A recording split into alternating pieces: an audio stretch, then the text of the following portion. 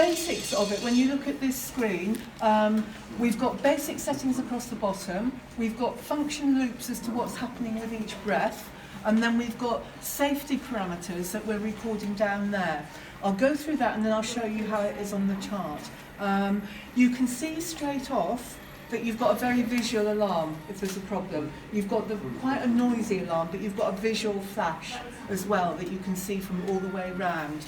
I'm just going to increase that a little bit so it doesn't constantly alarm.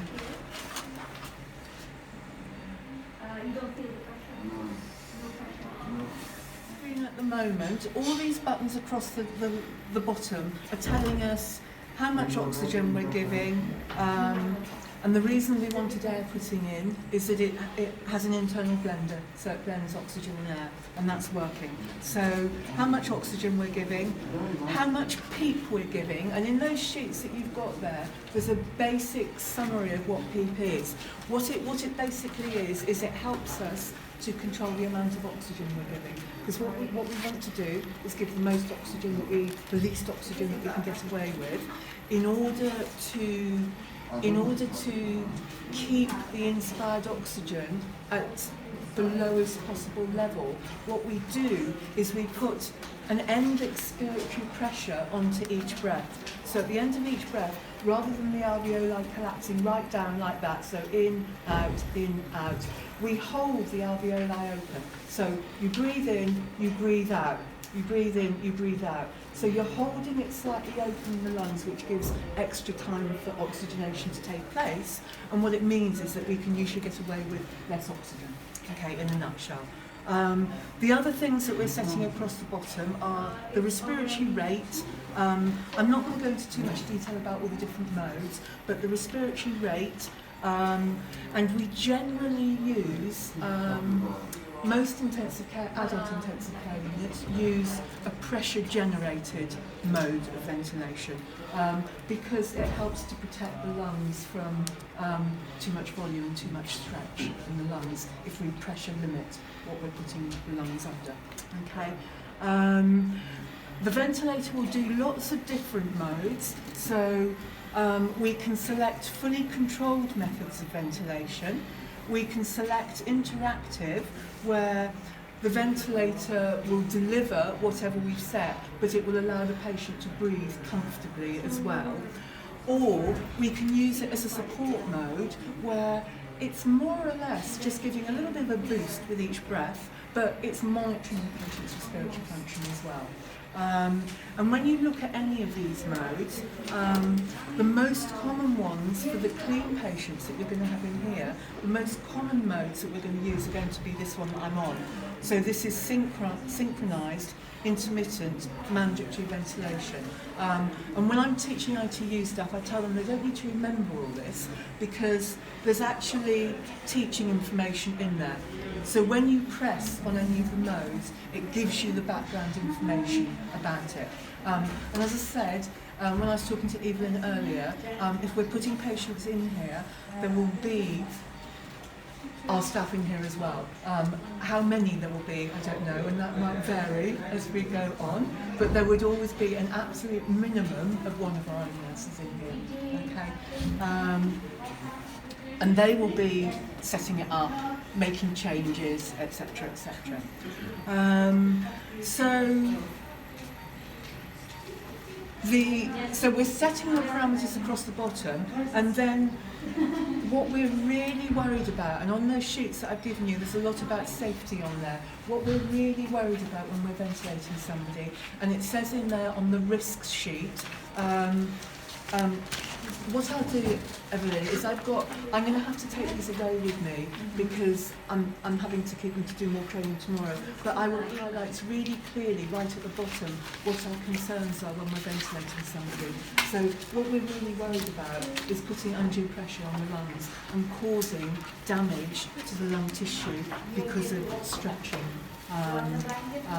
And particularly if people have got very friable lung tissue, then we're risking causing pneumothorax and things like that. Okay? So that's why we are really careful about the safety aspects, and that's why a lot of the information that we're recording from here is really important, because it tells us the sort of pressure that we're putting. I mean, at the moment, what that information is telling us there is that the peak pressure, so the maximum pressure we're reaching with each breath is 26. Now, we like to be, ideally we like to be below 30, 30 to 35, you know, somebody that's a heavy smoker with severe COPD might be, you know, up to 35. What we don't want to be doing is hitting the 40s, because we know that we're putting the lungs under stress then.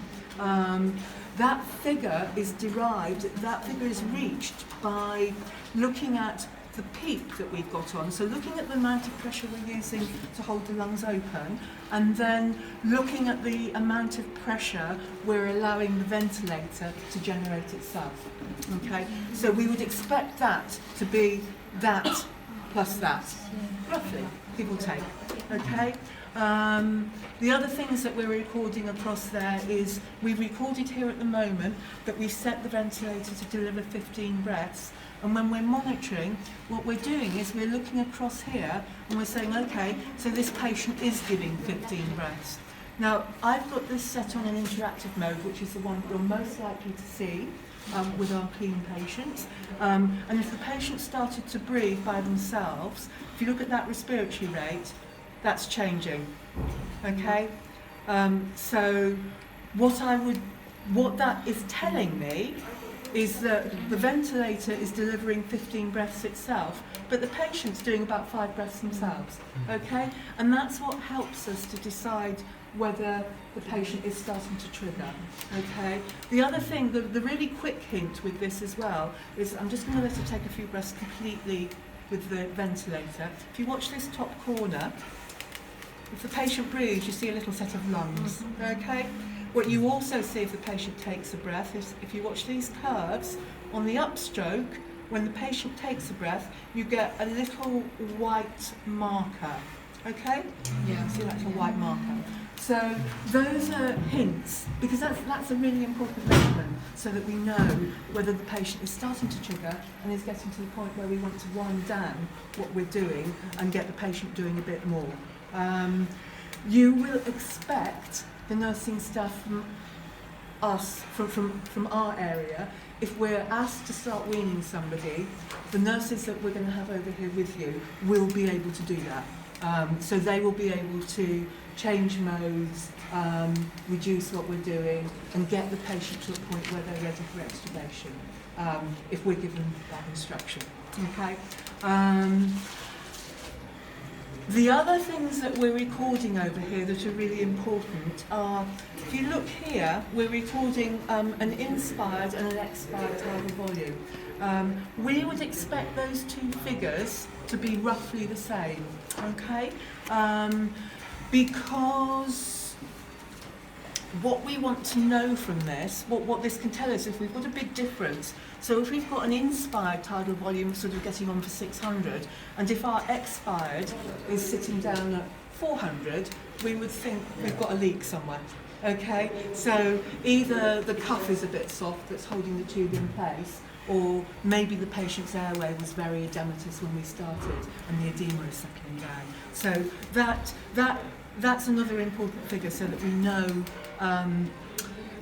know basically whether we've got a leak in the system. Significant leaks, the ventilator is going to alarm, okay, because all these parameters that we're talking about have all got alarms set in behind them.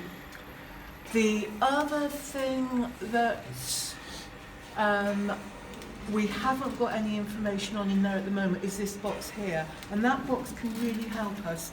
So this box here, basically when we're ventilating somebody, we aim for roughly about 6 mils per kilo of body weight, okay? If I put, and that's what we're working on all the time, is the patient's predicted body weight. So we don't use actuals, we use predicted. So the ventilator helps us with that. So when we set it up, we will put, whether they are a man, we will put their height in centimetres. So if we put, say, I don't know, 175 centimetres, and if I do nothing else, it tells me that that man at that height should be 70 kilos. I always get horrified when I look at this. Oh my God, it seems so little. And now that I've done that, if you look here, I'm now getting a figure in there. So that is giving us an indication that, you know, for this particular patient, we're probably over-ventilating him a little bit. And it gives us a hint, okay, so we can maybe start reducing things a bit. That's not the only information we're using, because we're doing gases regularly as well. But that all helps to actually tell us whether we're ventilating effectively.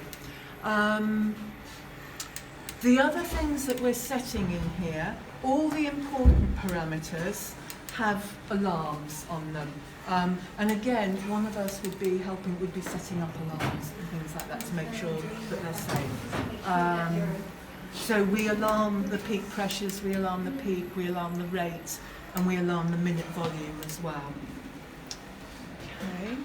I'm not going to go into all the other bits and pieces in there, because there are other things that you will see us doing.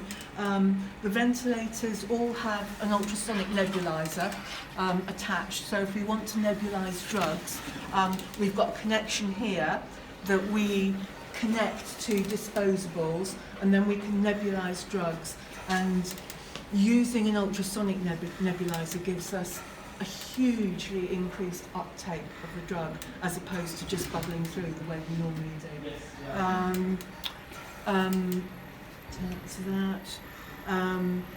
The ventilator will run on battery as well, so if there's power interruptions, we've got batteries stacked up down here. We've got 2 in there at the moment. We could put more, this screen tells us that we've actually got 86 minutes of battery life in here if power fails. Okay. As I said, we've got pressurised gas here. If we had to, we could run it on air and oxygen cylinders, which you've seen us doing in here before. We can, if we have somebody that has really, really poor chest, we can use it to take the patient down to CT as well. So, although we don't like using it as a portable ventilator, we can within the hospital. It can be used in any position because the screen will go around completely, so you can use it in any position at all. There are different settings. Okay, so you can see that alarms really quickly, okay, with a disconnection, okay. And that's why when we're training ITU staff, we always teach them that one of the first things they do at the beginning of their shift is to make sure that they've got their alarms set appropriately to that patient, so that, you know, we always have one-to-one with these patients, but if you've got your back to them, then if something happens, you know. The other things that we can do on it, there are various other bits and pieces that we can do. The most important thing really is if a patient starts to desaturate. It used to be, for people that have done ITU before, we used to take patients off the ventilator and bag them at the drop of a hat. That's really out of fashion. Because whenever we take a patient off the ventilator, we lose bits of what we call recruited lungs. So where we've opened up the bases of the lungs, the pressure from the ventilator, if we take them off, we lose those bits of lungs that we've improved. So we only take people off to bag them if we absolutely have to. So it's sort of, it's not something we commonly do, whereas 30 years ago we did it all the time. But what we can do, if somebody starts to desaturate because we've repositioned them and they haven't liked it, or they've got sputum plugs or anything like that, what we can do is we can give them an oxygen boost. So just by pressing the button on the front, we can give them 100% oxygen for a minute. Okay. We could just do it by increasing this. We prefer not to, because there's a risk of increasing it to 100% there and forgetting it and leaving them on a high amount. So by having a boost button, it just makes sure that we don't forget things like that. What else about the ventilator? In terms of, I'm not going to go into all the different modes on there because I don't actually think it's important, as long as you know the principles of what you're looking at and that we're setting what it's doing and then we're monitoring what's happening. Because in terms of people helping us out, what we're going to be, you know, if we've got 6 patients in here and 1 ITU nurse, what we're going to be really, what's going to be so important to us is that we've got somebody that can write down observations and can look and think, oh gosh, that's quite different from an hour ago, that doesn't look right, help, sort of thing. So that's what we're going to want. And as I said, the support that we will be giving you, initially we will have, you know, I mean, if we said, you know, Monday we've got to bring 2 patients across, then we would probably have 2 nurses at that point to help out. But 3 weeks down the line, I don't know that we're going to have that, which is why we wanted to crack on and do this training with you guys, just so that you're sort of aware of what's going on in the background. Any questions about any of that I've done so far with the safety aspects? The other ventilators have actually got an arm on so that you can secure the tube in place, because one of the risks with this is that it can drag. So if you can imagine, it's attached to the ET tube, they drag very easily. So from a safety point of view, making sure that it's not dragging is really important. And that goes for the UCRS in the same way that everybody else does. But a lot of units don't use paper. We are a unit that still uses paper for our charts, which we're all very grateful for, because you can look at it and you can get a complete picture of what's going on. Whereas, you know, when you're trying to look at stuff on CRS, you're going in and out of different modules. So this is designed so that you get a complete picture of what's going on. So you've got the patient's heart rate and blood pressure across there. You've got the temperature. What we've got down here, when we look down at the bottom, we're recording what we've got the ventilator set on, and then what we're recording in this section here is what the ventilator is actually doing. So what we're set at and what we're actually doing. So when you look along here, you can see that we had, with this particular patient, we had an SIMV of 14, and the patient wasn't doing anything, then started taking a few breaths. So you can see really clearly what the patient's doing. You can see the upper pressure limits that we've got on there. 10 is a sort of a common peak. We tend to run patients on higher levels of peak than we used to, but 10 is about an average. And then what we're recording down here is the amount of oxygen they're on, what their saturations are, what their end tidal CO2 is there, and then the nurses are regularly doing gases so that they can have a look at what their gases are and they can change ventilation if necessary. And our nurses would be doing that with you. So like hourly, every hour? No, there's no real sort of rule. It's Depending however, on yeah. So, you know, sometimes if we've got somebody that's very unstable and, you know, very difficult to ventilate, we could be doing it hourly. If something has happened and we're a bit worried about it, we might do it more regularly and then decrease. But usually, for the vast majority of patients, for a ventilated patient, even if they're stably ventilated, what tends to happen is people will do a gas in the morning when they come on and take over, because they'll want the result for the ward round, because that's the first thing that's going to be asked. What's the recent gas? So we'll do one usually within the first couple of hours of coming on. Then, if I had a very stable ventilated patient and everything on the monitor was okay in terms of their ventilation was stable, their sats are fine, their end tidal CO2, I might do another gas during the middle of the day, and I might do another one late afternoon, sort of, or early evening before I hand it over. So, you know, if I was doing a 12-hour shift, I would probably be doing a minimum of 3 gases, but it could be a lot more depending on what's going on. The other things that people write down here, and again, this is not very neat because I got a real chart. I could have made it all up. But what people are writing down here is things like, if they suction somebody, what does the suction look like? Is it thick? Is it sticky? You know, is it blood-stained? Is it clear? So they're writing that down there, and they're ticking whenever they suction as well. Thank you. Central. Thank you. Yes. Lost my central line. Then going down, the other things that we're doing, what we do whenever we do a gas is we check their sodiums, potassiums, lactates, and sugars as well, which we do on the gas machine. The other things from a charting point of view that we're recording here is any drug infusions. So this patient was on noradrenaline, yeah, and propofol and alfentanil and atrapid, is that? Yeah. Okay. We have a lot of patients on insulin because even if they're not diabetic, we tend to, critically ill people do better with relatively tight glucose control. We tend to try and keep it within a parameter of sort of about 8 to 10, something like that.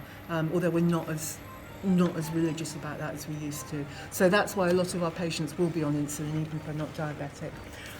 So we're recording down there the drugs, and in the bedside checks that I've given you, there's a sheet there that tells you our typical drug concentrations that we use. Obviously, if a drug is prescribed on CRS, then you have the prescribing information on CRS, but this is just to give you an idea. And it sort of tells you what sort of parameters we record. So it will tell you, for example, with noradrenaline, we always record it in mics per kilo per minute. And you'll get very good at doing the calculations. And there's a hint sheet in that pack as to how we do the calculations. But again, one of us, all the recovery staff know how to do it, but we'll sort of give a refresher when we're here. So we're recording infusions down there. Then what we're recording at the bottom, we've got we tend to put whenever we do anything from a nursing point of view here. So if we roll them, if we do mouth care, if we do eye care, things like that. What we encourage people to do is, yes, there's set parameters that we want, but we encourage people to make notes. There aren't any here, but what you'll often see is somebody will have, I don't know, they've gone down for CT, so they'll write in CT along here. You know, these really, I see